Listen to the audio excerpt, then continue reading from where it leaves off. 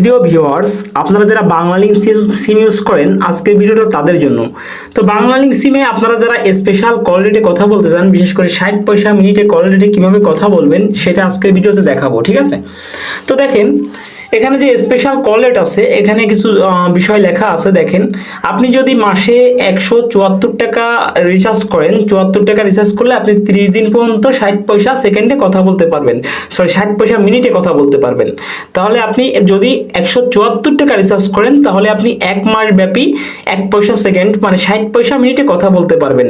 আবার যদি 309 টাকা রিচার্জ করেন, তাহলে 3 মাস ব্যাপী 1 পয়সা সেকেন্ড মানে 60 পয়সা মিনিটে কথা বলতে পারবেন, ঠিক আছে? 309 টাকা রিচার্জ করলে 3 মাস, তো এটা বেশি লাভজনক।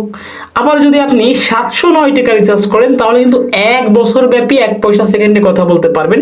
তার মানে দাঁড়াচ্ছে হচ্ছে আপনি 60 মিনিটে কথা বলতে পারবেন, 60 পয়সা মিনিটে কথা বলতে পারবেন 1 বছর ব্যাপী যদি 709 টাকা রিচার্জ করেন।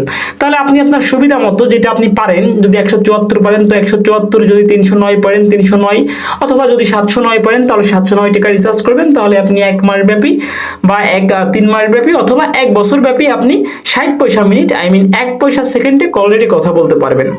ধন্যবাদ।